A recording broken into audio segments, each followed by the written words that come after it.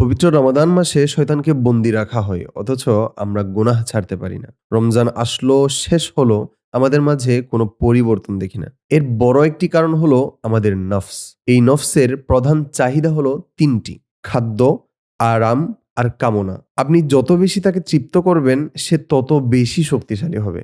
অথচ রোজা নফসকে সংযত করার প্রশিক্ষণ, তাকে নিয়ন্ত্রণে আনার মাধ্যম। কিন্তু বাস্তবতা কি? আমরা ইফতার করছি না, বরং গলধকরণ করছি। প্রয়োজনের অতিরিক্ত খাচ্ছি, এমনকি যা প্রয়োজন নেই তাও গলধকরণ করছি। ইসলাম আমাদের প্রয়োজন মতো আহার করতে বলেছে, অতিভোজন তো করতে বলেনি। আবার যদি আমরা সুন্নাহর দিকে তাকাই, দেখব চিত্রটি একেবারেই ভিন্ন। হাদিসে মুবারকায় এসেছে, রাসূলুল্লাহ সাল্লাল্লাহু আলাইহি ওয়াসাল্লাম তাজা খেজুর দিয়ে ইফতার করতেন। যদি তিনি তাজা খেজুর না পেতেন, শুকনো খেজুর দিয়ে তিনি ইফতার করতেন। আর যদি তাও না পেতেন, তিনি কয়েক ঢুক পানি পান করতেন।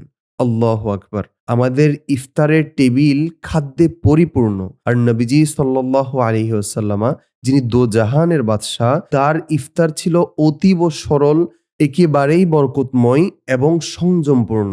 আজ খেজুর আমাদের কাছে শুধু একটি ডেজার্ট আইটেম, অথচ সুন্নাহ অনুযায়ী খেজুর দিয়েই ইফতার করা সর্বোত্তম। আমাদের উচিত সুন্নাহকে পূর্ণ অনুসরণ করা তথা খেজুর দিয়ে ইফতার করা। এতে বিজ্ঞানও একমত। পরবর্তী পর্বে আমরা জানব কেন খেজুর দিয়ে ইফতার করব, আরো জানব বিজ্ঞান এ সম্পর্কে কি বলে। আল্লাহ তাআলা আমাদেরকে সুন্নাহ পদ্ধতিতে ইফতার করার তৌফিক দান করুক। আমিন। বিওয়াসিলাতি সাইয়্যিদুল মুরসালিন।